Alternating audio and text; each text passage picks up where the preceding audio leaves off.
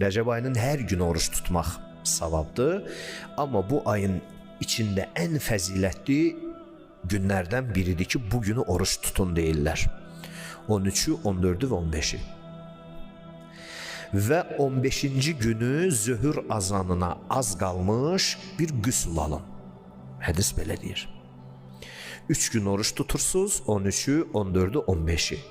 Və bu əməlin faydası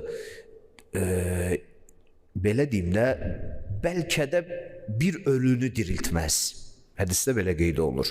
Mühüm hacətin olsa, mühüm istəyin olsa, özün üçün həll olunmayan bir müşkül kimi bir şey görsən, buyurur ki, bu günü oruç tutun, 13, 14, 15, 15-ci günün zöhr azanından biraz qabaq bir qüsl alın.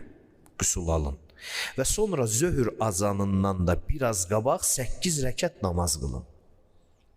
Onun birinci rəkətində, yəni 8 rəkət 4 ədəd 2 rəkət misalında. Elə əyyamul biz namazı niyyəti ilə qılacaqsınız onu, əgər qılacaqsınızsa. Onun